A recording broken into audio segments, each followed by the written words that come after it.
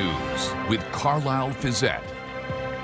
Good evening. Thanks for joining us. We begin tonight with a major milestone for the Artemis II mission, now on its way back to Earth after a historic lunar flyby, surpassing the record for human travel from Earth and allowing the crew to lay their own eyes on the far side of the moon for the first time ever. With more, here's Heather Butts. From the cabin of integrity here. A monumental moment for deep space exploration, marked with some poignant words by Canadian astronaut Jeremy Hansen. As we surpass the furthest distance humans have ever traveled from planet Earth, we do so in honoring the extraordinary efforts and feats of our predecessors in human space exploration. An historic milestone, the farthest humans have ever traveled from Earth. 4 astronauts on board the Orion space capsule, breaking the distance record set by Apollo 13 more than 50 years ago. Today, for all humanity, you're pushing beyond that frontier.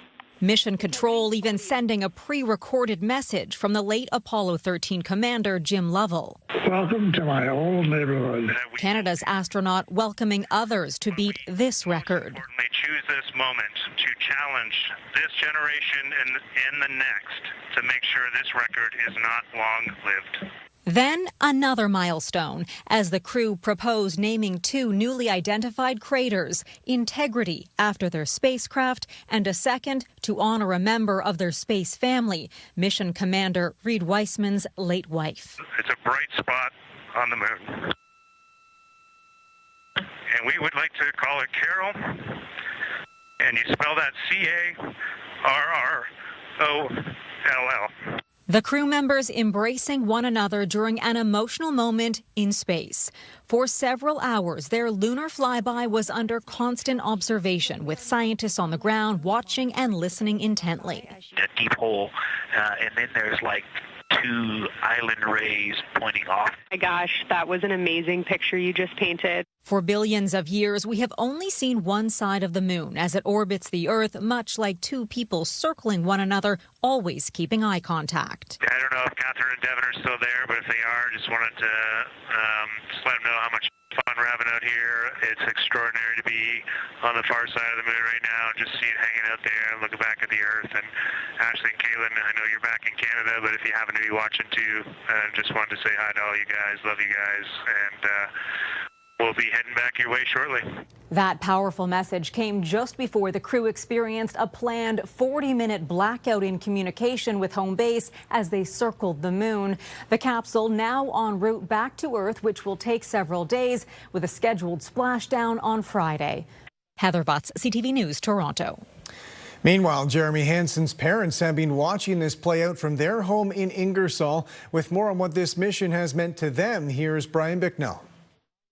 We've seen it all. We've seen a half Earth, partial crescent Earth. No son or daughter has ever written home from farther away from home. We're one of the privileged ones that get to email him up there in space. But the son of this Ingersoll, Ontario couple, along with his 3 crew members, can now claim out-of-this-world records in space exploration and personal correspondence. When we emailed him, it was the 4th, and then he replied yesterday. So we were just so excited that we actually got an email from outer space. Basically, he just said, "I'm having a great time," and then "love you, Mom and Dad." Nancy and Gary Hansen spent Easter Monday in Fort Myers, Florida, watching coverage of the Artemis II mission as it completes its record-breaking lunar flyby. Quite amazing, quite exciting.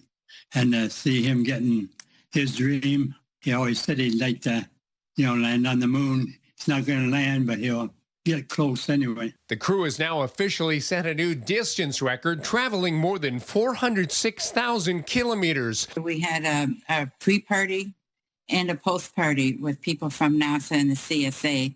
And there are a lot of Canadian and American astronauts there, and they all told us that everything should be okay. They've given us a lot of support. So we're feeling fairly confident. The crew is expected to take turns observing and photographing geological features on the moon. A window to new frontiers that Gary and Nancy Hansen believe will inspire the next generation of scientists. I'm sure this is quite an inspiration for them. It's going to really get them to be more interested in getting their education and following their dreams. Like, it's amazing what Jeremy is doing for those kids. In the meantime, the proud parents have been invited to Mission Control in Houston to watch the splashdown as the Artemis II is set to return to Earth Friday evening. In Ingersoll, Brian Bicknell, CTV News. London Food Bank officials are calling their spring food drive a success, crediting a last-minute push. With more on the rising demand, though, here's Nick Paparella. The 39th year for the London Food Bank's Spring Drive has been one of its best, with more than 74,000 pounds of food collected as of Monday afternoon, and that's up 2,000 pounds from last year. We didn't know what to expect this time, Nick, but it started off very strong, dipped a bit during the week, and now it's finishing up with a good finish. We're ahead of this point last year. We're down a bit on food, but up on money, which gives us options for purchasing food. So we're very happy with it. We didn't know what to expect because, cost of living is pretty high right now, but Londoners came through again. The increase in donations will come in handy because so far in the first 3 months of 2026, demand is up by 9.5%. Now more people are coming as well. So we're seeing that happen. And Nick, we've been warned by a lot of different people and different organizations that this number will continue to increase over the next 4 or 5 years. So lots of food banks like our own are organizing and trying to figure out how we're going to meet that demand. If you would still like to make a donation to the Spring Drive, it's not too late. You can visit any participating grocery store or London Fire Hall. And for a monetary donation, go online at londonfoodbank.ca. And I'm sure they'll be doing it all week. Schools and others will be picking up from fire halls and grocery stores even after the deadline, and people will still be sending in money online. It's amazing when you consider every food drive has been up over every one the year before as far as demand goes, and yet London continues to meet all of that demand. It's enough. We're very thankful. Nick Paparella, CTV News. Several people were taken to hospital over the weekend after a fire broke out in a central London apartment building. Emergency responders said at least 5 were in critical condition. With more on the firefight and what the experience was like for residents, here's Sean Irvin. Flames shoot from the balcony of a 6th-floor unit at 241 Simcoe Street in central London. This was the desperate scene around 6:30 Saturday morning. Inside, Mike Allen was visiting a friend just down the hall from the flames. Initially, the pair didn't react to bells ringing. There's so many false alarms in this building that we didn't really pay a whole lot of attention to it. But the situation quickly escalated. Smoke started coming in under the door. So that's when we realized that we should have paid attention to the alarm. Unable to escape safely, the pair waited for firefighters to arrive. There was smoke billowing under the door. So we got some towels and wet them down and put them around the door. Meanwhile, the battle was on to save lives. Dallas Bradley owns a home right next to the building. He witnessed multiple people taken to the hospital, including an infant. The ambulances were coming and going. I think there was 4 units that were here, and they came and went a couple of times. Ultimately, emergency officials say 9 people were transported, with 5 reported in critical condition on Saturday. There's no fatalities at this time, just people being treated for smoke inhalation. The cause of the fire remains under investigation. Damage to this building is expected to exceed $300,000, with the majority of it contained to the 6th-floor unit. There was heavy smoke damage to the rest of the floor and the floors above. Uninjured tenants in at least 19 units are staying in a hotel. Remediation of their homes is underway, with the hope that most will return midweek. Meanwhile, resident Sarah Thorpe remains shaken. She lives on the 7th floor above the fire. I'm still a little bit worried about the sirens and everything now because I've never been in this kind of situation before. This leads back to a warning from housing and fire officials to never ignore fire alarms. Mike Allen admits he won't from now on. As I said to my friend Trevor, I said, we should have paid attention to that alarm. And because, it was a bit unnerving. In London, Sean Irvin, CTV News. Police in St. Thomas say they found the body of a man missing since November in Waterworks Park over the weekend.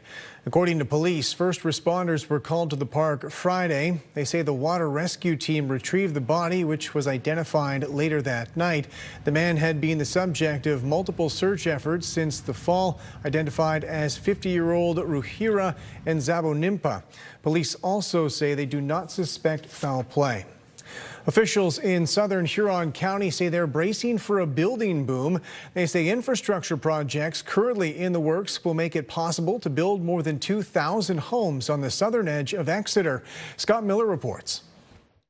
Exeter is getting ready to grow, thanks to millions of dollars from the provincial government. It's called the London Road South Trunk Sewer Project, and that will allow, once that pipe goes into the ground, which we're anticipating to be done this year, that will allow up to 2,100 new homes to be built on the south end of Exeter.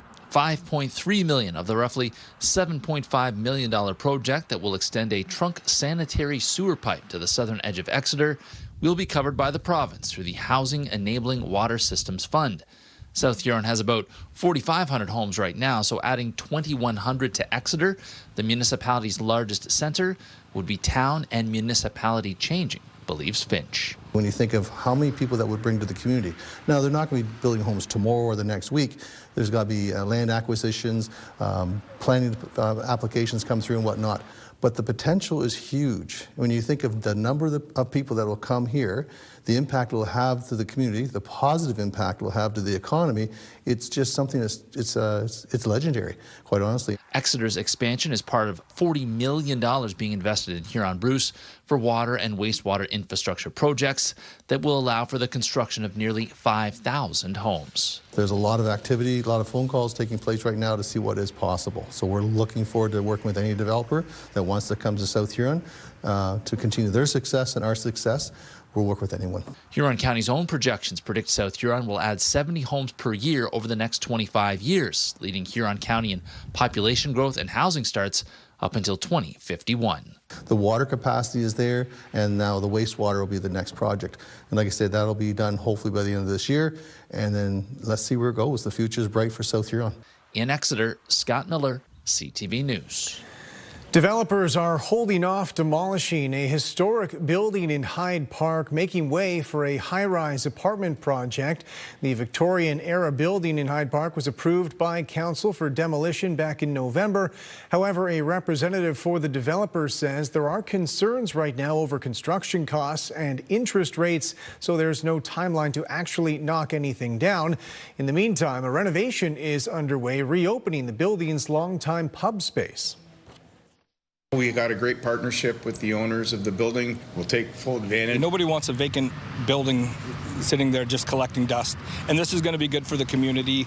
The developer also says parts of the 150-year-old structure will be preserved and incorporated into the new apartment complex. Students at Beale Secondary are putting their knowledge to the test in and out of the classroom.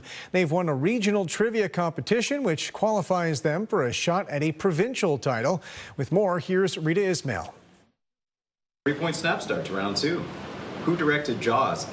Spielberg. Correct. The sound of quick thinking and even quicker reflexes. These students at Beale are taking their love of trivia to the next level through Reach for the Top. The final question was asked and we realized that we won. They were elated. After coming out on top in London, the team is now setting its sights on the provincial championship in Toronto later this month. I was absolutely thrilled. I've been doing it all 4 years of high school, gotten to the finals every year, and kind of felt that defeat, but then I don't know, something felt different about this year, and we ended up winning it, and that was such a great way for me to go out on my high school trivia career. Video game company. The program has been building momentum for more than a decade. Kind of wanted a place for students that were interested in trivia, and that's what Reach for the Top is. It's often compared to Jeopardy, but the style is a little bit different. The style of questions, it's a mix of curricular-based questions with kind of some pop culture. For many students, it's more than just competition. It's a place to belong. I really like trivia. I've liked trivia my entire life, And when I first got to high school, I didn't really have a club to be a part of, but then I found out about Reach for the Top and I just fell in love with it. And while the team is celebrating a major win, staff say it also helps challenge perceptions. Due to our location being a downtown school, we do sometimes have negative assumptions towards our student body, but this is just one example of many that we are in fact an academic school that can achieve at the high level. And for many of these students, success isn't just about what they know, it's about the connections they've built along the way. We're all really good friends. In practice, there's usually a group of people just talking, having lunch together, catching up. I think that, it really makes our team a lot stronger, especially because we don't take ourselves too seriously. Now the team hopes the strong bond and their shared love of trivia will carry them all the way to the provincial title. Rita Ismail, CTV News. When we come back, holding firm on a deadline, the ultimatum from President Trump, this time telling Iranian officials it's for real.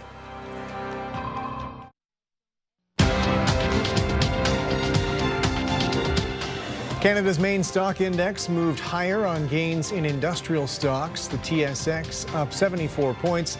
In New York, the Dow added 165, the Nasdaq up 117. The Canadian dollar added a single hundredth of a cent today.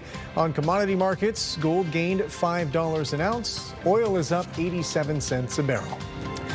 President Donald Trump says the most recent ceasefire proposal from Iran is significant, but it's not good enough. He's levied an ultimatum to Iranian officials, threatening the Strait of Hormuz better be open by tomorrow's deadline or else. Judy Trin reports.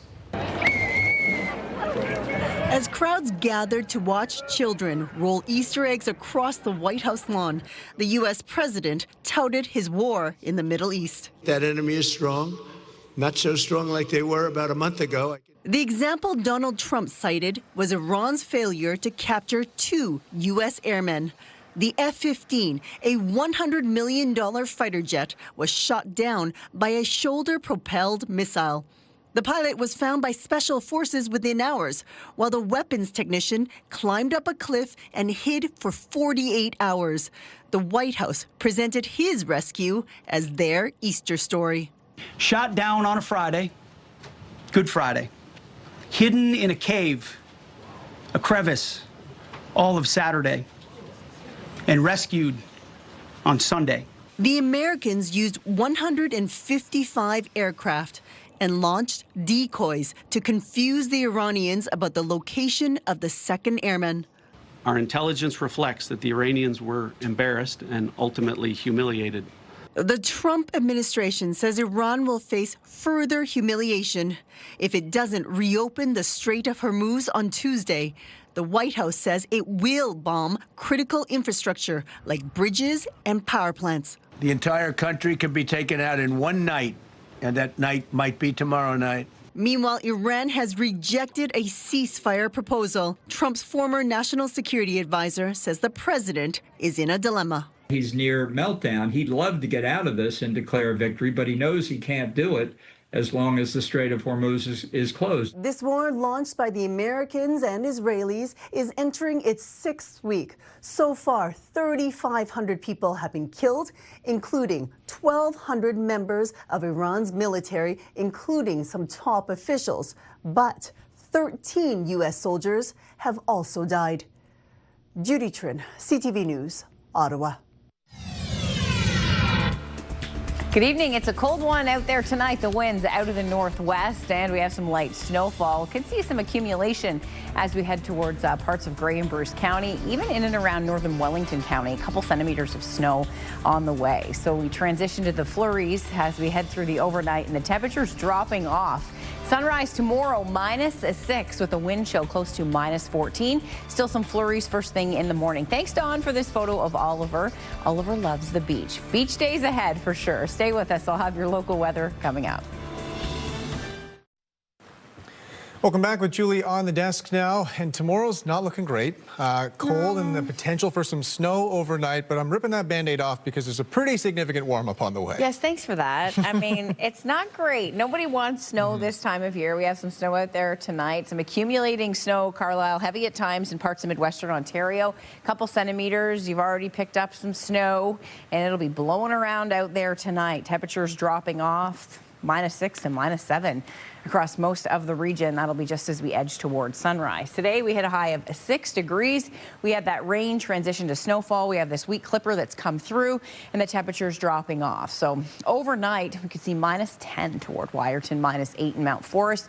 Areas in Wellington County could see a couple centimeters of snowfall. That includes Mount Forest area as well, and in and around the GTA, picking up the snowfall. This clipper system is a quick one, but the winds have picked up out of the northwest, 30 with gusts to 50. The temperature in London overnight -5, but by sunrise will dip down to about -6. Near Lake Huron and Lake Erie tonight, -3 to -4. A bit of a messy system over the Great Lakes, although it's not really bringing significant amounts of precipitation, so there's not a ton of moisture to tap into. But with the temperatures dropping below freezing through the overnight and continuing to dip down, that cold air advection will also generate the off-lake snow flurries as we head into tomorrow morning in London. So as we take a look at the satellite radar, you can see the snow to the lee of Georgian Bay coming right off of Lake Michigan, even Lake Superior. A special weather statement's been issued for northern Ontario talking about the potential for some heavy snow. So watching that as well as this cold air once again moves back in. Your forecast heading into tomorrow morning, there is the slight chance for some flurries first thing in the morning, but we should break into a mix of sun and cloud quite quickly, so some sunny breaks. It's the wind chill that'll get you first thing in the morning. It's going to feel like -10 to about -14. So watch for that as you head out the door. Make sure you are dressed appropriately. I've not been wearing a jacket, I don't think, for a couple weeks now, but I may have to bust it back out for tomorrow. As we head into Tuesday, late afternoon, evening, conditions much calmer, and the winds out of the northwest that have been blowing around out there tonight will be easing off as we head into the afternoon. Forecast looks great as we roll toward midweek, and temperatures are set to return to where we should be for this time of year. So just a little blip, friends. Your forecast high anywhere between -1 and the freezing mark tomorrow afternoon in the Forest City, with that northwest flow continuing. Wednesday, 9 degrees, 18 on Thursday. Thursday looks beautiful. Thursday night, clouds roll back in, and we have rain in the forecast on Friday. The weekend setting up to be a win. Saturday and Sunday, a mix of sun and cloud. Will hit 13 Saturday, all the way up to 18 on Sunday. I'm sure you'll be excited to get outdoors, perhaps just to enjoy some time or get into your garden. This time of year, I know many people can't wait to get out there and start cleaning things up and getting ready for the beautiful season ahead. Midwestern Ontario, I'm sorry you do have that snow out there tonight. Flurries and blowing snow through the overnight and first thing in the morning, but busting out some sunshine by the afternoon. Lots of sunshine for your Wednesday at 8, and we'll hit 15 degrees on Thursday with a mix of sun and cloud, and rain in the forecast on a Friday. Carlyle, back to you. Thanks very much, Julie. An annual Easter tradition this weekend, raising thousands of dollars for service dogs. With more on this year's Canine Egg Hunt, here's Brent Lale. We've been working on this great cause for 30 years. Hundreds of dog owners hit the grounds at the Plunkett Estate for the annual Easter egg hunt. We're hoping to raise approximately $75,000 across 6 hunt locations, and all the money goes directly to providing service dogs to veterans and first responders with PTSD, children with autism, and also facility dogs who work in various settings across the country. Each service dog is valued at $15,000 over the course of their working career. The organization's largest fundraiser will provide someone with a companion. This is NSD Dusty. And NSD Dusty is a facility dog that works with the Stratford Police Service.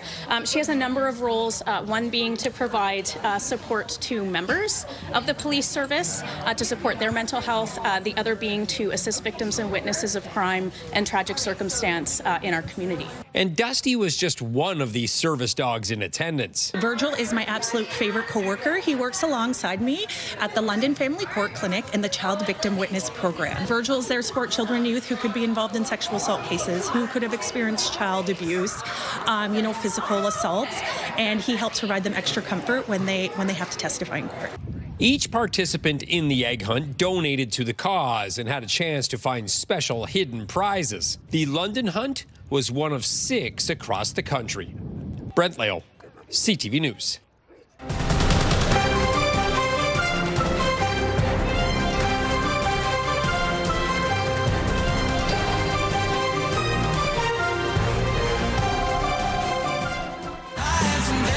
Pure Country 93. London's home for the best country music. Listen for your chance to win $50,000 with Pure Country's Big 50K Payday. CTV News London has a newsletter helping you start your day with the latest local headlines.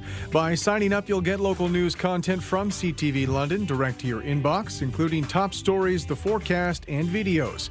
You can sign up at ctvnewslondon.ca.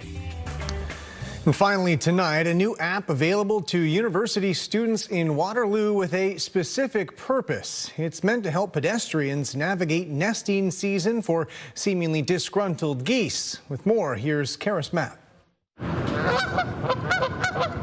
Warmer weather means nesting season for Canada geese, a time of year when they're known to be aggressive.